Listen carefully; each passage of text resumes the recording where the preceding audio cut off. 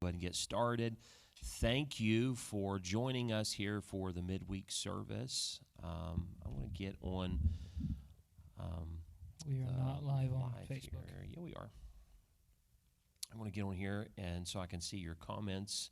We're talking about the family and really have enjoyed this the last couple weeks. Of course, Evangelist John Hinkle was here with us last week, and we're going to continue on our study here. And so Holly is with me tonight, my beautiful, most people think my daughter. And those are my favorite. Those are your favorite. My favorite kind of people. But obviously, I shouldn't say obviously, it's not obvious. She is my wife, and a beautiful one at that. And then Jesse is with us as well, who Hello. I like to refer to as my redheaded stepchild. And, Which is not accurate, It's though. not accurate, but we are going to talk about that a little bit and how Jesse came into our family. Let's talk about And the object of tonight's conversation that we want you to participate in is, what do you do when you're raising children who either aren't your own or hasn't always been yours, and kind of talk about some of the struggles from that. Thank you. I believe that I am beautiful as well. Appreciate that, Jonathan.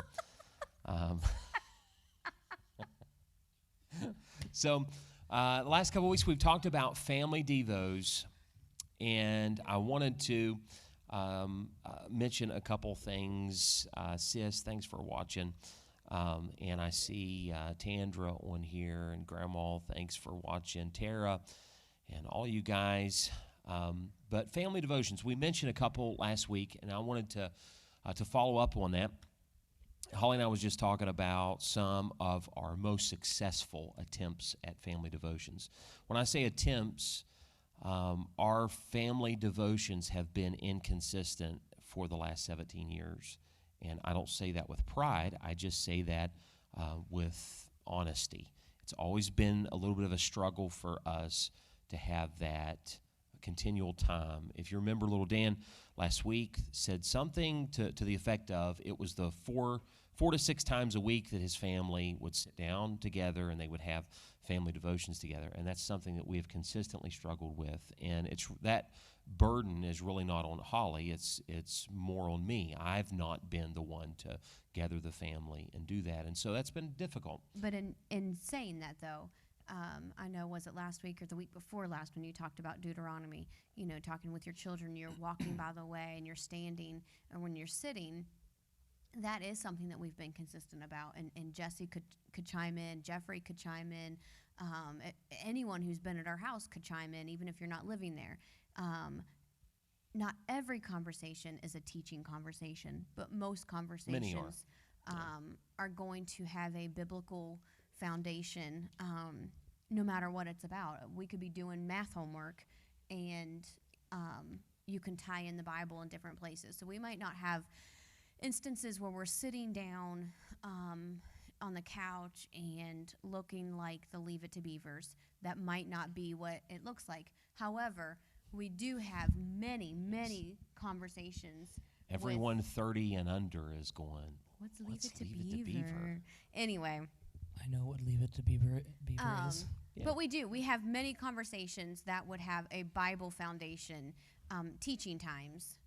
So I don't feel like we're epic failures. I just think We're just failures. just minimal failures. She's speaking of Deuteronomy chapter 6. He says, "Hear, O Israel, the Lord our God is one Lord, and thou shalt love the Lord thy God with all thine heart, with all thy soul, with all thy might. And these words which I command thee this day shall be in thine heart, and thou shalt teach them diligently unto thy children, and shalt talk of them when thou sittest in thine house, when thou walkest by the way, and when thou liest down, and when thou risest up. And thou shalt bind them for a sign upon thine hand, and they shall be as frontlets between thine eyes, and thou shalt write them upon the post of thy house and on the gates." And Holly did this when we bought our house. Downstairs in the basement is open. It's the open beam look. But she had written out, I think, this verse Several. But several. Several verses. But I just wrote scripture on the walls, with anticipation that on the doorpost. someday we're going to put drywall up down there. Okay. We're going to move on from Hopeful. that. But we're talking about family devotions, and last week I told them what we're doing right now. It's a series put out by Ted Cunningham, and every card is a letter of the alphabet, and it has an animal on there. Yesterday, we did the fox, and it was about a healthy marriage. Which that was really cool to let the kids see. You start asking them questions about a healthy marriage, and they tell you things that you don't necessarily think about. What does mom and dad fight about? Everything. And I'm thinking, we don't fight about everything. Yeah, really didn't appreciate that, Jeffrey. It was actually Cameron and Olivia that was fighting, or that said we fought about everything. But they didn't say we fought often, but that we fight about everything. Yeah. So, but when it talks about writing them on the post of your house and different things like that, though, I think it's really, really, really important to have scripture all over your house, whether it be Post-it cards that you can put on the fridge, on the TV, or whether it be, the fancy P-gram done verses on wood signs. It doesn't matter. The ladies like to make fun of me at the paint parties because I always add a Bible verse to every picture that we do. However, I think it's important because ultimately what you're putting in front of your eyes is going to be it's going to stick. And so I might not literally write them on the posts of my house, but I do try to have scripture all over my house. Yeah, we've done that at the coffee house as well as we've decorated. We've Eve got us a bunch of pictures that she has taken and put verses on. Yeah, which is awesome. I wanted to ask, we were talking about this earlier, your favorite devotions. I mentioned the cards that talked about the different animals. When we had the boys at home, we did Harold Vaughn's book I told you about last week, Our Family Time with God, ChristLifeMen.org, if you're interested in that. And then, go ahead. Some interactive stuff that we've done. So when the girls they are little, but when they were a little bit littler, we did a lot of action scenes and just live action in our living room and had them act out the different Bible verses. We played out David and Goliath and Daniel and the Lion's Den. Several different ones.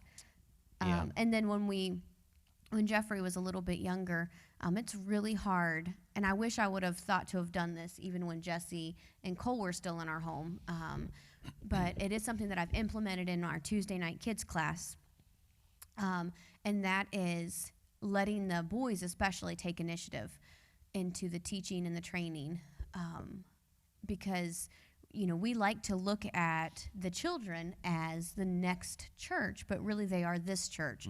And so you wonder why your Sunday school teachers, I'm not talking about our Sunday school teachers if they're watching right now, in general though, you get a dry teacher or you get someone who is inadequate. Well, we wait until they're adults to give them an opportunity to teach and to learn.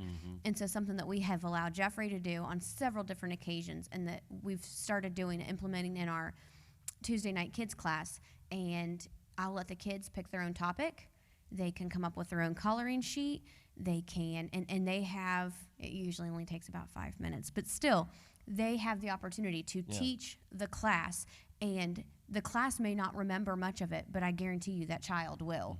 And so if you give your child, even if you pick the topic for them, and just let them pray about it or let them study about it. I think Masters Club is another one that does this. I'm thinking in their curriculum, when you hit like 5th grade, I'm thinking is what it might be. But anyway, you have an opportunity to teach, and that, to me, is huge for a kid.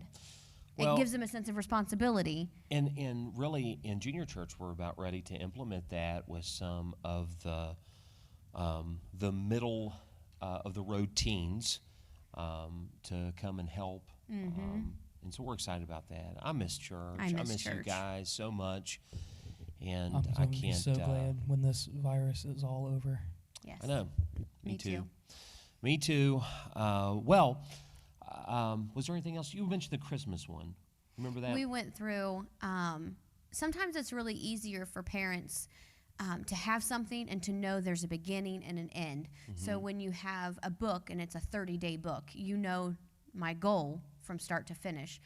The alphabet that we're doing now, there's a goal, 26, letters in the alphabet. So you have a start and an ending point. Right. But sometimes you just have open-ended and it just feels Right. like forever. And it's hard to have a finish when you don't have a finish. So anyway, it's really helped us when we go through a book. And that was, I can't think of the name of it, but it was a Christmas, 30 days, going through the Christmas. And it's been very helpful. And parents, let me just say that if you have young children in the home especially, they will, they really get into it and take it, really capitalize on that. The excitement that they have for it. Right, yeah. If you've got the girls right now with what we're doing right now, I don't have to gather the family.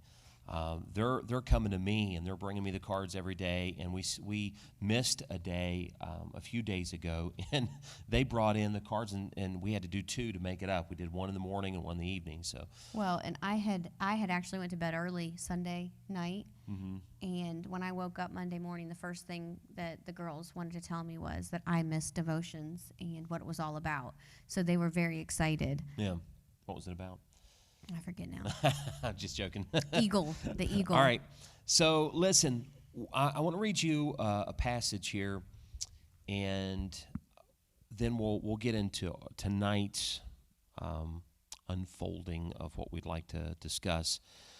Just to tell you a little bit about our testimony on this, Holly and I were married young, and shortly thereafter found out that Jeffrey was on the way. Jeffrey is now 15, and we had a break in there. In fact, the break between Jeffrey and Olivia is 8 years. And it was through that time that the Lord brought, He grew our family in a way that we would have never imagined. In fact, we really didn't seek after it. It kind of came to us. And the first was through our nephew, Cole. Now, as I even talk about it tonight, this is not like, hey, we've figured this thing out and we want to let you know how to do everything, because that's not it at all. We were kind of thrown into the mix, and it was really kind of difficult. And there's some kind of rough and jagged areas there that we won't bring up, right, Jesse? Correct. But I do want to be transparent in a few different areas tonight that I think would help a few people that might be going through this. And as we have seen in our culture today through an opioid crisis, just addiction in general, we've seen family members have to take care of other family members' children, whether that be grandparents raising grandkids, or in our case, aunts and uncles stepping in. There are so many moving parts to that, and every situation is different. So there's no, I don't want you to feel like that these are the answers, for all of your problems or everybody's problems. But I do want to say this: when you are thrown into that, the Lord sends His grace along with it. And I wish now Jesse is 20. 25. I was going to say 22. I wish. Yeah. Jesse's 25 now. He came into our home when he had just turned 16. 15? He was 15, turning years 16. You were very close to 16. But anyway, and I think of myself 10 years ago, and us as a couple 10 years ago, having really no idea how to raise a teenager. We were a youth pastor. We were babies. We were, and trying to figure it all out. And I'm just saying, You don't look a day older. it was difficult, to say the least. But in the book of Luke, in chapter 2, I know that you know this, but I'm just going to remind you that Joseph stepped in as Jesus' earthly father, but Joseph was not Jesus' father. He stepped into that role, and for all intents and purposes, Joseph was really a stepdad in the situation. Jesus was born of a virgin and raised by Joseph and Mary. And in Luke chapter 2, they lost their kid, which I have to think about the time that I was a youth pastor, and we had teen visitation every Wednesday before church, and the teens would come to the church. We'd load up. We would go out and just invite people to church. Then we'd go and get some fast food and come back for a service that night. And it was really not only about evangelism, but it was really about fellowship. We had a great time during those years. And one day in particular, Jeffrey was the only child at that point, I believe. I think we had Cole. Do we have Cole? But anyway, Jeffrey was always the guy that was playing. He didn't have to have anybody to play with. He was just like the guy with an imagination that was awesome. And so we load everybody up in the van, and we're getting ready to pull out of the church parking lot, and we pull out onto the road, and we're passing back by the church, and the teenagers go, isn't that Jeffrey? And we looked up. Jeffrey is up there just in his own little world. He had no idea that we had left him or forgot about him, and we just looped around, pulled the van up and said, hey, you ready to go? And he said, yep, jumped in, and we took off. And it wasn't until he was much older that he realized that We left him. we forgot about him. But when you think about the idea of being gone for 3 days and then realizing, hey, is Jesus around? Have you seen Jesus? And finally they come to realize that they had left Jesus. And so they go back and they find Jesus in the temple. He was, confounding the great minds. And he says to them, how is it that you sought me? Don't you know that I must be about my Father's business? And they didn't understand what he was telling them. But in verse 51 of chapter 2, and he went down with them. Now, he just said, I've got to be about my Father's business. But then he says, he went down with them and came to Nazareth and was subject unto them. His mother kept all these sayings in her heart, and Jesus increased in wisdom and stature and in favor with God and man. When you think about raising children, those two verses hold a wealth of knowledge for us. He increased in wisdom and stature, in favor with God, and in favor with man. And that really is what we're trying to instill in our children. But then he says he went down with them, and he was subject unto them. Now, he just told him, don't you know, I've got to be about my Father's business. But he was subject to them. And I think it's very important that we instill obedience from a very young age. And we talked about that the very first time we met on this family series, is the importance of obedience, doing what you're told to do, when you're told to do it, with the right attitude. And that's something that needs to be instilled very young. In fact, just today, on our way over here for this recording, the girls were singing a song, and they were just being loud and proud. And I said, all right, girls, that's enough. And it was like I said nothing, and they just kept singing, la, la, la, la, la, la, la. And we stopped, and we had a teaching moment. Which we have often. We stopped, and I said, hey, listen, Dad said that's enough. And if you keep doing it after you've heard that, then it is, disobedience. And so just little teaching moments like that along the way. So what was really interesting, Jesse comes from a family nothing like ours. Correct. and he grew up. He grew up nothing like Jeffrey. And I don't know if you want to speak to that or not. You probably don't want to go into great detail, but your parents you weren't raised in a Christian home.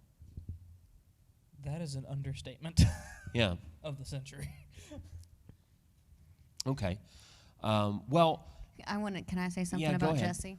He wouldn't mind me saying this either, but we came to know Jesse because we were in the Good News or Jesus, Impact the JYC, JYC at WI Middle School in Clarksburg. We had went in as an after-school program, and Jesse was in the program, and I was one of the people that, as they came in, you had to sign them in. And Jesse would have been in about 7th grade, I think, 7th or 8th grade. Yeah, I think it was 7th. And just speaking very openly, if there was ever a kid that you looked at and thought, he's going to hurt me, or he looks like he wants to do somebody harm. I mean, he was goth from head to toe. I mean, it was, and he had long red hair, and he never smiled. And I think it took you, a year and a half to even get me to smirk? I don't know. All I know is he scared me. So he would start to come in, and I'd be like, hey, you got him tonight.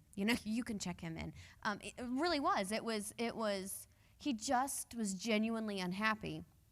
And I don't know how, but we ended up getting him to come to church through the bus ministry, and we took him to a youth conference in Walkerstown, North Carolina. And it was at that youth conference that he had gotten saved. And I have a picture of Jesse at that smiling. I mean, and never knowing that he would be my kid. I just have this picture of Jesse smiling because he was genuinely happy for one of the very first times in his life. And I'm so glad that he doesn't look anything like what he looked then. I think we're all glad that I don't. Yeah. Although I do wish I was that skinny again. Yeah. Don't we all? Don't we all? Don't we all? Anyway, but that was how we came to know Jesse. That was several years before he ever come to live with us. He just was as a kid that we had met through the after-school program. He started coming to the church. He came through the bus ministry, and he had gotten saved. So at that time, he, as Holly said, he was coming to the church, and his dad was going through some marital problems. They were splitting up, and basically said, "Hey, we're moving, and it'd be really good if Jesse had some place to go." That's about the gist of it. They were moving because they had to move. Gotcha. So we had looked into some different programs, Hope Children's Home down in Florida, and we were looking to place Jesse somewhere to continue his education. He was struggling a little bit in school, and we were just looking to find somewhere for him to go. And Holly called me down at the office. Go ahead. We had, at that point in our ministry, we were still very active with the college and career, and we had been at a college and career Bible study, and Dr. Kessner was leading it at the time, and he had made a challenge to read the book of 1 John every day for an entire month, because it's only 4 chapters, 4 or 5, right? 5? I'm looking. Yeah. Anyway, regardless, it's 5 chapters. All right. He said, read it every day for a month. And so I had been reading it,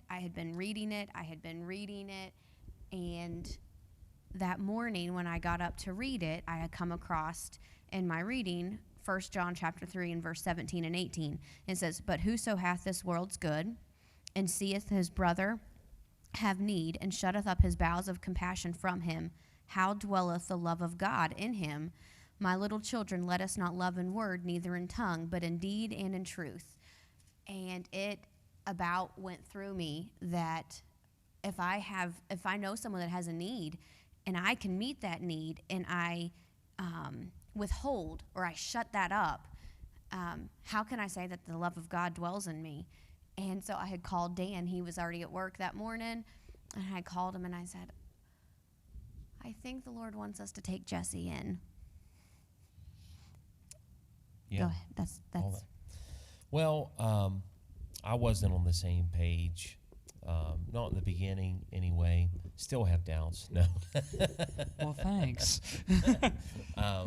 But that's what the Lord directed us to do. And Holly, you had mentioned earlier, and I'd like you to kind of talk about that again. There are certain situations, and this would certainly be one of them, and Cole was that situation as well, where you're thrown into it. Some people are called to adopt or to foster. That is a calling that the Lord has placed on our life. I think of growing up, my Aunt Martha always had foster children in her home, and they were family. I mean, I knew that they were foster kids, but they were just cousins. That was who we were as a family, and she felt called to do that. And then you have instances like what we see a huge amount of today, where you are thrown into it. So it's not like you've had time to pray about it. It's not like you've even had time to process it. I can't tell you how many people in our church. We've got numerous people just in our church who have been thrown into this position. And it does make it a little bit harder because you've not had maybe the time to process it. But on the same hand, being thrown into it, he had already alluded to it, God's grace. I mean, you'll get the help. I mean, God will help you through it. And then there are instances where you marry into it, blended families, and we see so much of that as well. And the word for blend is literally combining. There shouldn't be any of this his and hers, or, it's theirs.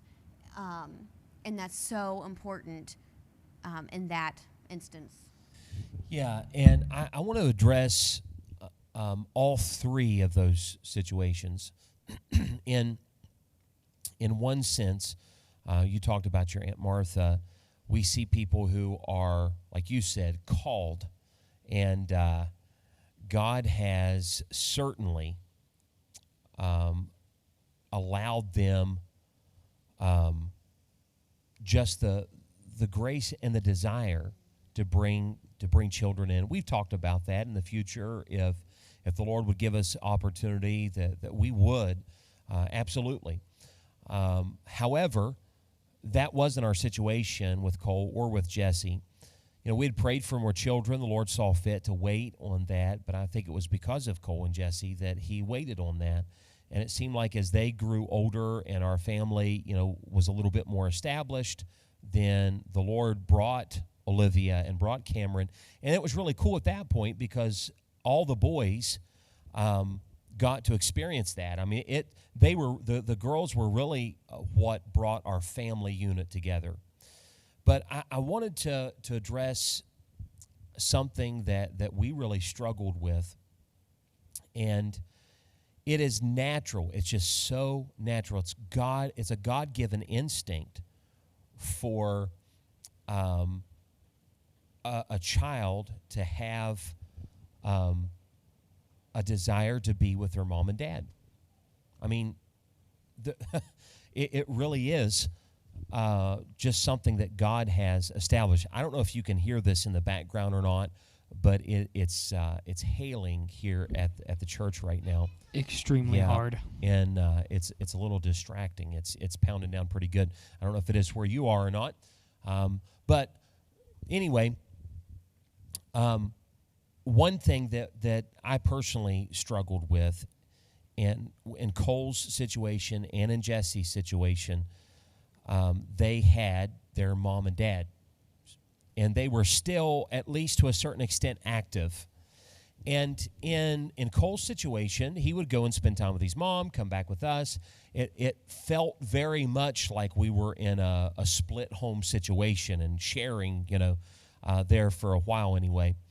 And that was difficult. It was difficult for Cole's parents. It was difficult for Cole. It was difficult for us. It was difficult for everyone involved. And just having that structure and consistency. I think of you, Jesse, and I think of in your situation, you were living with dad and stepmom.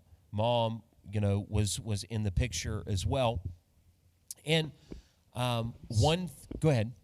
Somewhat. She lives in Tennessee, so Right, it was, but there was still some communication there, And one thing that I really tried super hard not to do, and you can chime in here if you'd like to, but I tried really, really hard not to downplay his relationship with his parents or talk badly about them in front of him or to him. And I don't know, I hope that you at least saw that, Yeah, I did. There was plenty of things in both situations that I could have been critical of, and Holly as well, but we chose on purpose not to do that, because a child has a natural, it's God places that in them. That's their mom, that's their dad, especially if you're dealing with a child, older in life who's spent time with mom and dad. And so you got to be really, really careful not to bash and not to talk negatively to them. There are times when they see things themselves and they need to talk it out. They need to discuss that. And we have had those conversations in those times. Mm-hmm. But it's never been Holly or myself initiating those conversations. Jesse has come with frustrations, and we've been able to talk about that and discuss that. However, it hasn't been initiated by us. Is that true? Yeah. So go ahead. And even in that, we try really hard, because no matter what the situation is, the fact that the Bible says to honor your parents doesn't have a condition.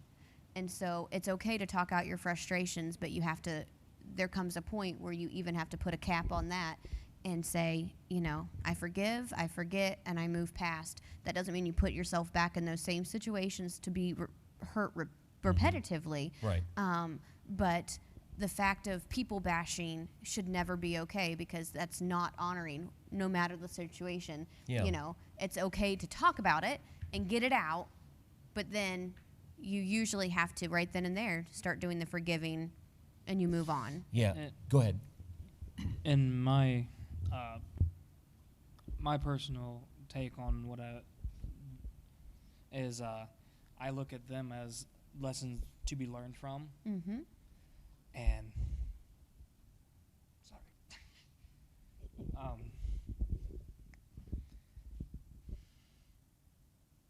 it's always hard talking about this. I look at you guys as somebody to look at, to be. There's influences, and we sometimes learn who we'd like to be like, and then who we don't want to be like. And but that needs to be seen by them, and I think it's very, very important. One question was, bouncing back and forth. And did that change the attitude? Yes. Absolutely, yes. Yes. Yes. When you have two homes and you have two different sets of rules, and you almost have during holidays and birthdays, things like that. If you have parents trying to compete with one another, and then you have a set of parents going, well, I want to. I'm not going to establish any rules at my place because I want you to have fun. And but when you go back, there's structure. There's always this a rebellion towards that. For real, I don't know how many times. Not as much Jesse, because you didn't go visit your parents. Not a lot. Just minimal, very, very few times. They didn't live close, though. I mean, but there was even times when, after a phone conversation, you just attitudes, knew right. that that was a tough conversation because the attitude for the next day or two Right. was different. In our other instance, though, it's funny to say now, but at the time it wasn't funny at all. But a weekend spent away, coming back on a Sunday, it wasn't till Wednesday sometimes when you get your kid back. Yeah. Like the attitude or the normalcy, it was several days Yeah. recovering. Well, but that goes back to a structural thing as well. There's a family in our church right now that are fostering, and a very, very young child. And when the structure, even for a weekend, is changed, it totally it sleep schedules, feeding schedules, everything is disrupted. And we talked about this before. It is like so important to have a schedule, to have structure in a child's life. Something that we might not have understood it then as like we do now, but having clear expectations, if you don't have any expectations, you'll miss the mark every time. And so something we might not have understood that as we were, going through this, but something that the kids knew when they were to leave, when you came back, I don't care what you've just experienced or, the attitude of which you have, there will be repercussions because our expectations haven't changed. They don't change because of the weekend. They don't change because of where you've been and who you've been with. The expectations of obedience and obedience is doing what you're told to do when you're told to do it with the right heart attitude. Those expectations don't change. So you might think it's okay to be nasty, but it's not. Even when you move out. Even when you move out. Yeah. The other thing that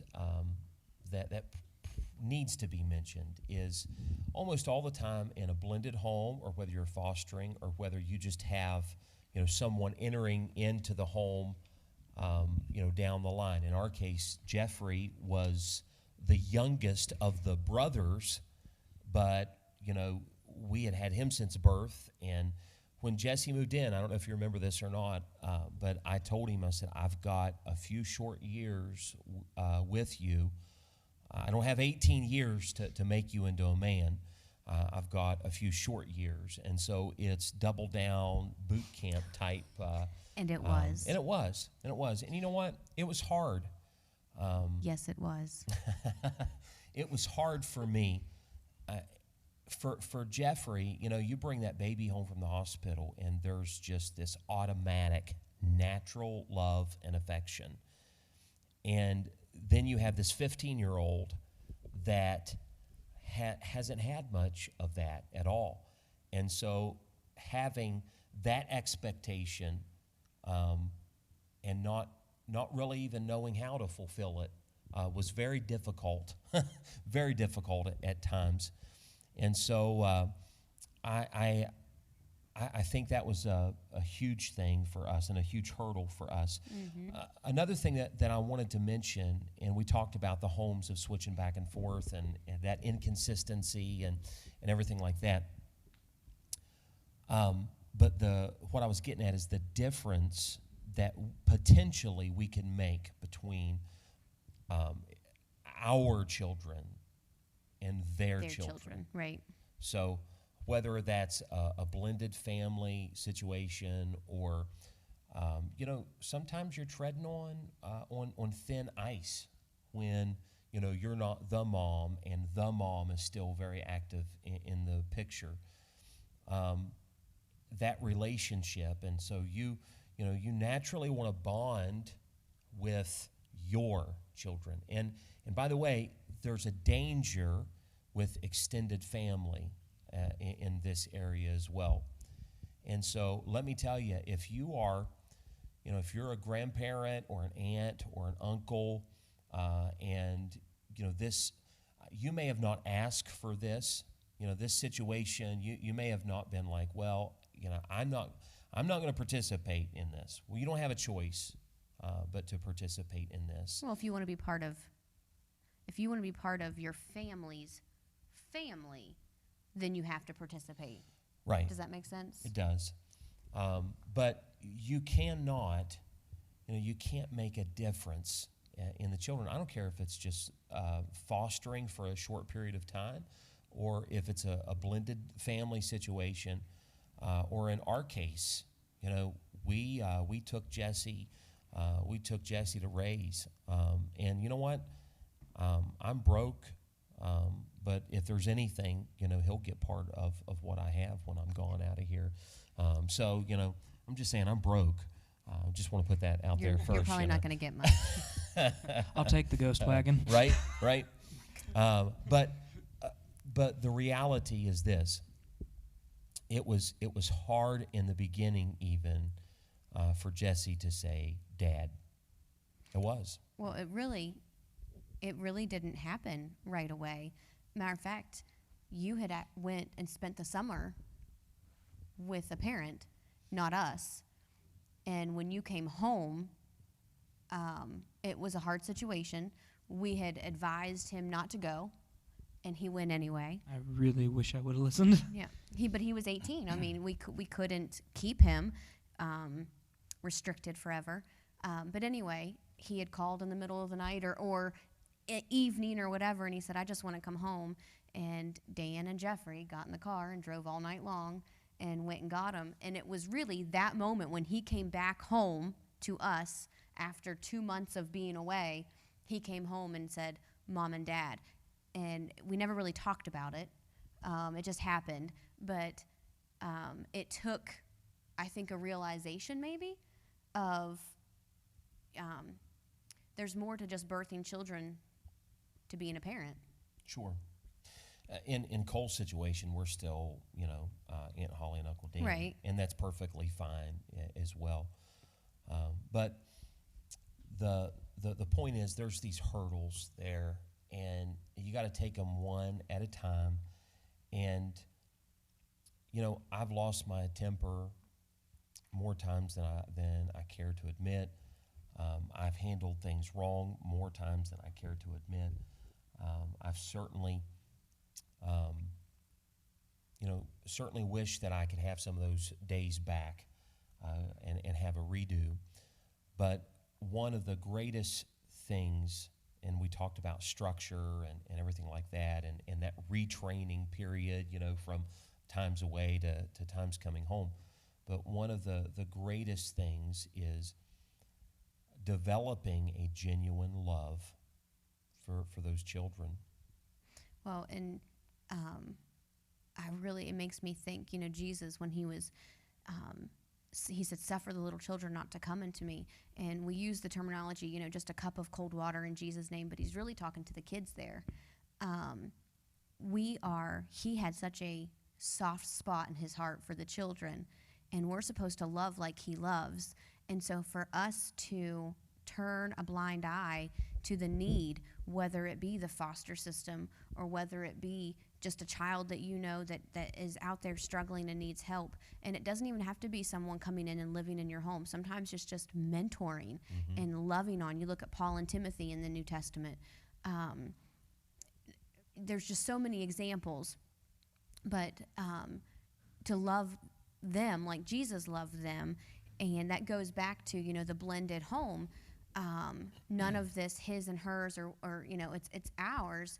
And for the extended family to love that child like Christ loves that child, you don't know the healing that it can bring to them. Right. And those children didn't ask for the life. The life that they have. Mm-hmm. They didn't ask that. A lot of their behavioral issues are a consequence of not having the right kind of structure, the right kind of upbringing. And most of how a child behaves and their worldview happens before the age of 5. And it takes a lot of retraining. It does. And I think, I come back to Jesse on this one. There was a lot of things that I'm like, don't you see this? And the reality is no, he absolutely did not see it. And And I'm not we could write a book, but we won't. right. Please don't. Well, and it's not pick on Jesse night. He's just here. Yeah, he's here and participating. But I think that the structure, the genuine relationship that you're building with them. And so if all you are is the disciplinarian rules and regulations, but there's no love, the old saying is rules without a relationship equal rebellion. And some people are high in love and low in discipline. Some people are high in discipline and low in love. But if you're high in discipline and high in love, then that child knows that you care about them. And if you're not willing to put the guardrails up and to plant your feet firm on some issues in your home, then God hasn't called you to be their friend. He's called you to be their parent, and there's a huge difference in that.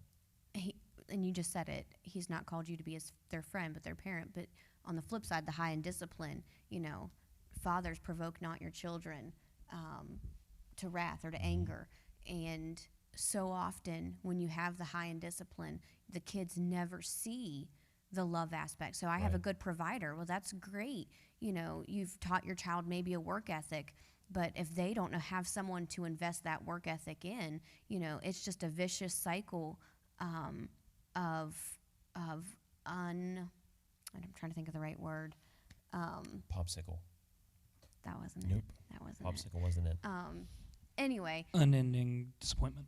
I don't know. I don't even know what I was trying to say now because of popsicle. But regardless, you have to break the cycle is what I was trying to say. Right. But you have to be more to your child than just the disciplinarian. Truth. You have to be more to your child than just the provider. You have to know how to have fun, and there's balance in that. Mm-hmm. But you also have to know how to just talk and be real with your kids. Well, and when you're genuine, there's nothing that a child picks up on more than someone who is not genuine. You can't fake it till you make it with kids. You cannot. No, you can't. You can't. They know when something's wrong. They know when you're frustrated. They know, when you're just saying stuff to say it and really don't mean it. I mean, all those things come into play.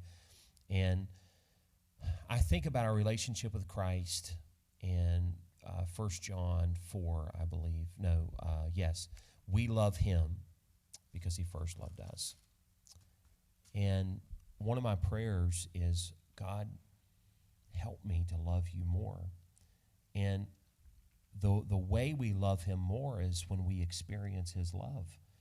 When we experience his love, then we in turn would love him more. And so I think that in our relationship with our children, if we're having trouble with one of them, pray and love, Right. So, cut it out, guys. Anyway, one more thing that I wanted to mention, and we're wrapping it up. We're almost out of time here, but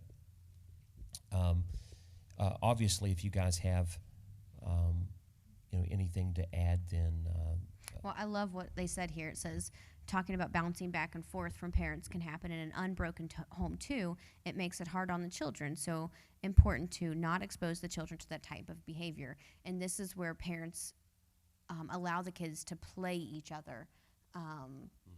And that is very, very difficult to play. Well, bottom line, if you're in a blended family, and I'm just going to shoot straight for a moment here, you may have really messed up. I mean, God's design is for one man, one woman, one lifetime to raise a godly seed for him. And that may not be where you are. But messing up or giving in to the children because you feel guilty about your past, you're not doing them any favors. Or the situation. Or the situation. Right. So you feel guilty about what you've done, and so you shower them with gifts, or you don't put a curfew, or you Don't, you allow more than to go on in their life because you feel guilty about your choices. You're hurting them. You may be appeasing yourself, but you're hurting them. The best thing that you could ever be is a parent for your child. And so a couple things to think about there. I wanted to move on and kind of change gears here for a second. We've kind of rambled tonight. But Hollie comes from a family of, how many of you are there? 5 of you. And right before I met Hollie, she had went through a season in high school where she wasn't living for the Lord. I was really rebellious.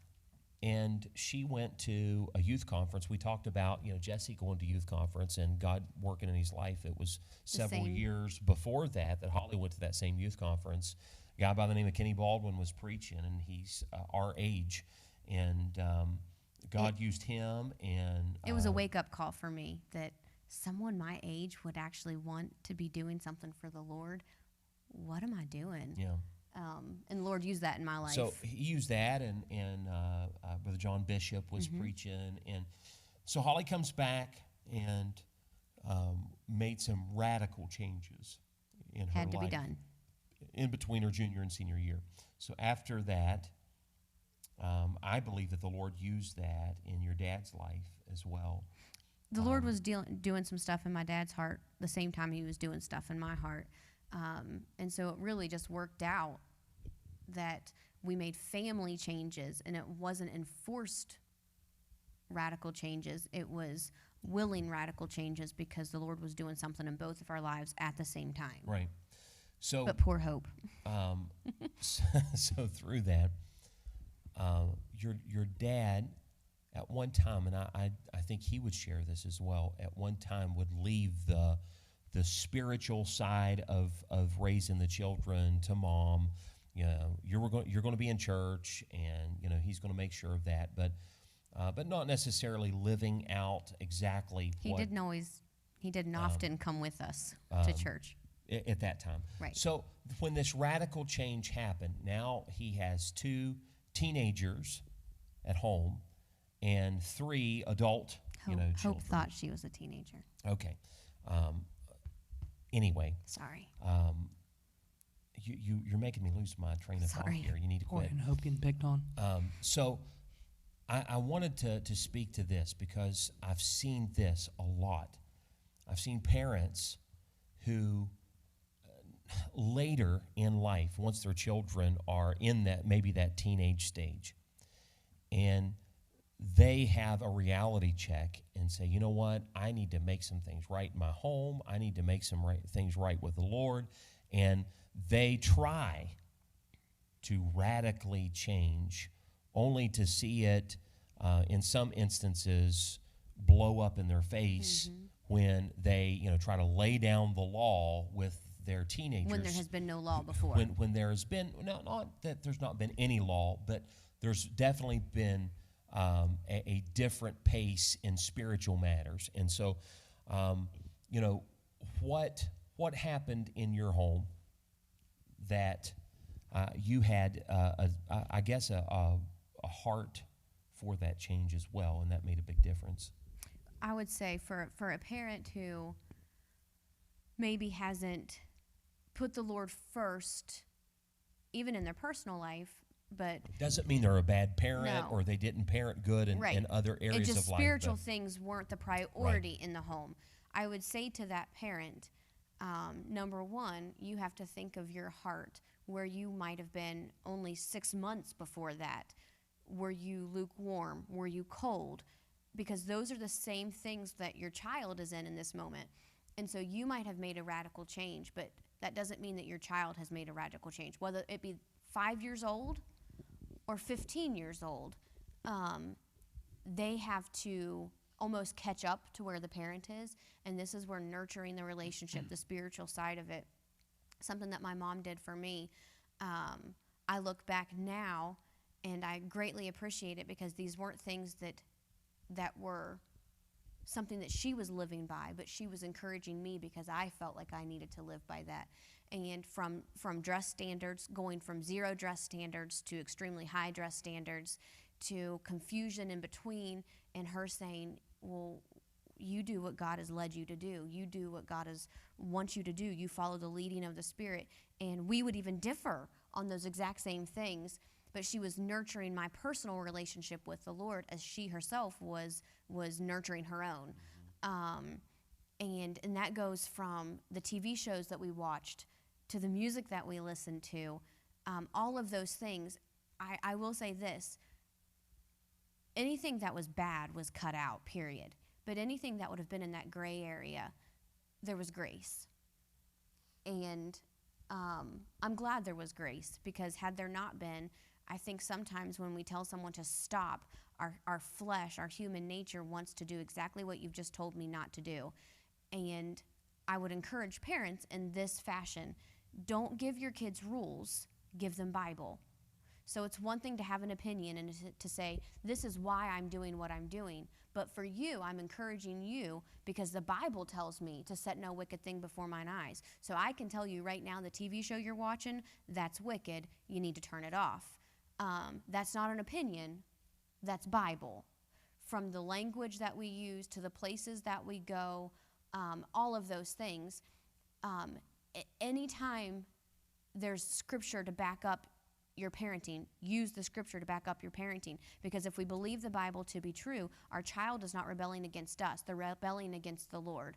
And that's a huge, big thing. You stop taking it personally, and you stop being the middleman, and all of a sudden it's between them and the Lord, and you're just trying to nurture that rather than taking all the arrows from it. But if it's opinion, make sure your kid knows, I made some really bad choices, and so I just can't even go anywhere near that anymore, because Right. it takes me back to a time that I don't want to go back to. Was there Bible verse, Mom? Nope, it's personal. So now all of a sudden, my kid understands the personal opinion side of it, Yeah. and it's not like a ridiculous, crazy rule that I can't wear flip-flops anymore, Not that I don't know, that just came out. Popsicle.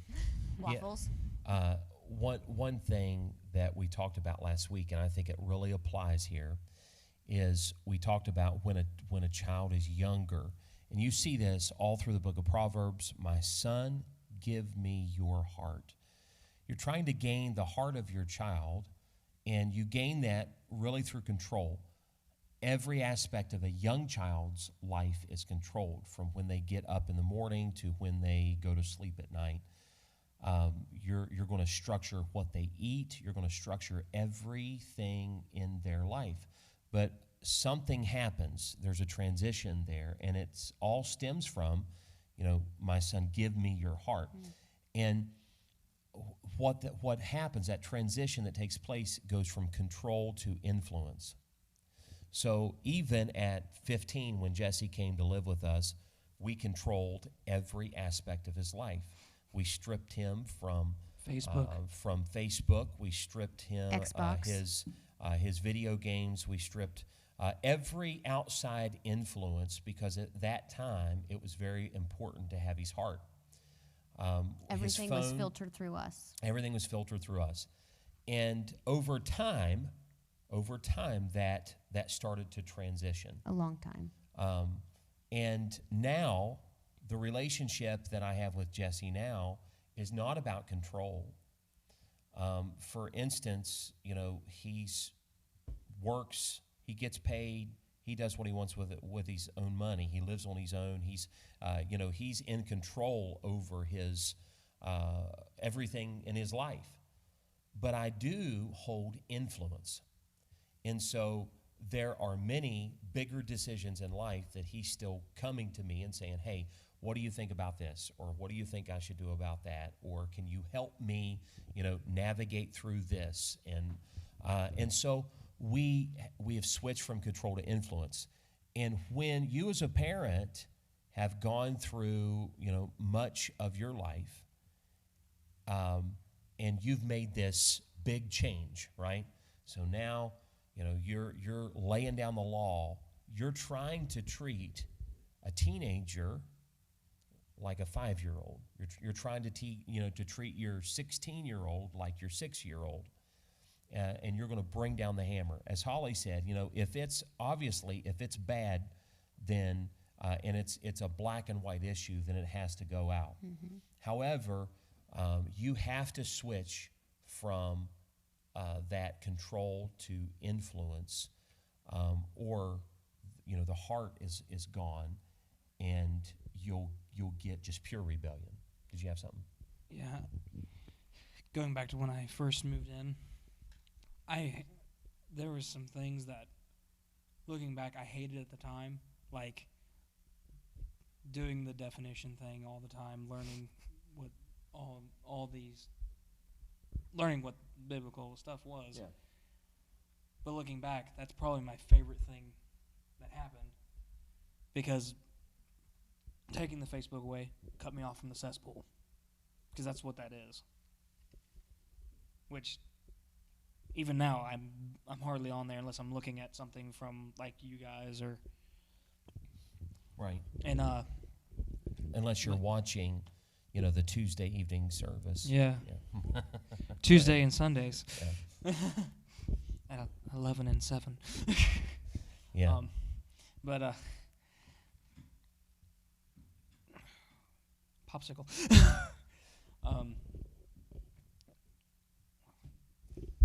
No, you were just saying the things that you hated then, you're thankful for now. Oh yeah.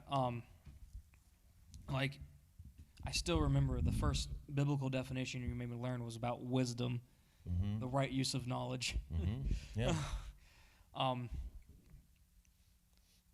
That helps a lot more than what people would think. Cut it, and like, especially for me, I never knew anything about that stuff. I didn't come from it. I didn't know anything about it. And you take a kid who didn't come from a Christian background at all, furthest thing 10,000 miles away from it, Yeah. and you put them in that is probably what the best thing to do is to cut them off from all that. Yeah. Even though they will hate it. Right. But Yeah. So again, the heart is what you're after. That's what you're after. Jill, the reason we're saying popsicle is earlier in the broadcast, Hollie couldn't think of a word to say that she was trying to think of, and I said popsicle, and now everybody's just joining in. copycatting. Yeah, pretty much. So thank you for your question. It was on topic. Anyway, so to sum everything up tonight, and we'll get off of here and let you get back to your evening. But there are no perfect families, and as we've been looking for the past several weeks, there's no perfect situations because there's no perfect people. And as our world gets more sinful, and we're going to deal with more and more and more situations that are not the norm. There's no such thing as the Leave It to Beaver and Andy Griffith, families that were depicted so many years ago. What we have going on now is just across the board. And so God gives us some directives. And even though it may not be perfect, so you may be in a blended family situation, you may be, like us and have kids that you haven't had since birth, and you're trying to navigate through all of that. You may just have a kid that you've had since birth, but he or she has gotten a wild hair and is going through a very difficult stage. No matter what the situation is, I think it's important that we realize that God gives grace. And we need to be praying. If any man lack wisdom, let him ask of God that giveth to all men liberally and upbraideth not, and it shall be given unto him. There are so many things that we need wisdom for. What is the definition of wisdom? The right use of knowledge. The right use of knowledge. And so if you know but don't know how to apply, That's what we need God's wisdom for. And we need God's favor, and we need God's favor in the heart of our children. I want good children, but we have this sense in our culture today that as long as my kid doesn't end up in jail and they're not on drugs and they still talk to me, then I've done a wonderful job and they're good kids. And I believe that God has an expectation beyond just good children. He wants godly children. And so we need to do our very best as parents to be instilling, no matter where we are in that process. It may be that right now is a wake-up call for you, and you say, man, I want to raise my kids for the Lord, and that's not maybe been of highest priority in the past. And you're tempted to go in and just lay down the law. You better go into your prayer closet first and get the heart of God and ask Him for the heart of your children, so that when you do make changes in the family, it's done in a heart and a spirit of love. And when they're going around the house going, which they learn that usually from a parent. Yeah. When they give you the reactions like that, I want you to realize that it is difficult now, but if you don't persevere through the storm now, it turns into a tornado, a hurricane, later in life. And so, any parting thoughts, Holly? Just wanted to reiterate, we talked there about, we started in Deuteronomy chapter 6. If you go back a few verses, in verse 4 it says, the Lord is, our God is one Lord. Thou shalt love the Lord thy God with all thy heart, with all thy soul, and with all thy might. These words which I have commanded thee this day shall be in thine heart. So this is all parents he's talking to. And then it says, and then thou shalt teach them diligently unto thy children, and talk about them when thou sittest in thine house, and when thou walkest by the way, and when thou liest down, and when thou risest up. Thou shalt bind them for a sign upon thine hand, and they shall be as frontlets between thine eyes, and thou shalt write them upon the post of thine house and on thy gates. So the biggest thing that I could just reiterate is, if you've noticed, he's saying like all the time, God's word should be everywhere. It should go, it should be visible to you. It should be here on your heart, and your kids. So when it's personal for you, now you're teaching it to your children. And again, I just want to reiterate, if we believe God's word to be true, and it is, then you teach that to your children. And when your children know God's word to be true, they're not going to, that doesn't mean they won't have questions, but they're not questioning the authority of God's word. So if God's word says it, that settles it, period. So the rebellion is not geared towards mom and dad or family. The rebellion is ultimately geared towards the Lord. And in Proverbs it says to train up a child in the way he should go, and when he is old he will not depart from it. That's a conditional promise. Training your child doesn't happen in church. Training your child happens at home. It's not the pastor's job. It's not the youth pastor's job. It's not the children's minister's job to train your child. It's your job to train your child. And there's not like this clear description of what that even means. But if you go back to Deuteronomy, well, that's a pretty good description of what training your child could look like. And then it says when he is old, he'll not depart from it. There is no definitive age. It just says old. So does that mean 20? Or does that mean 60? I don't know. But there is a conditional promise there that we need to keep a hold of. That's a promise. I mean, that's something that God has given us.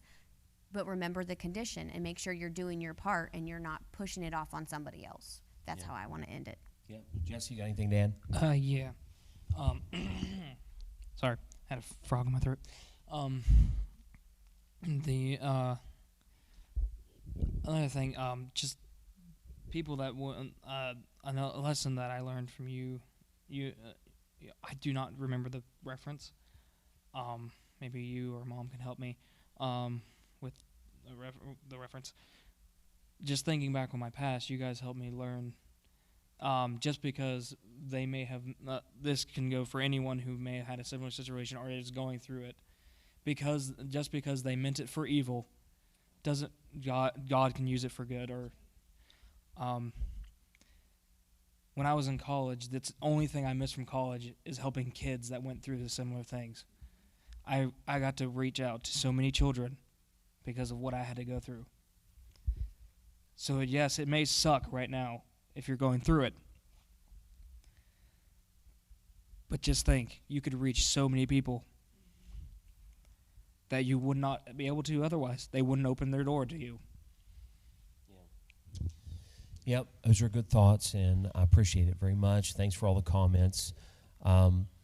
I don't have an announcement for you about Easter Sunday yet. I was hoping to have that confirmed, and I don't.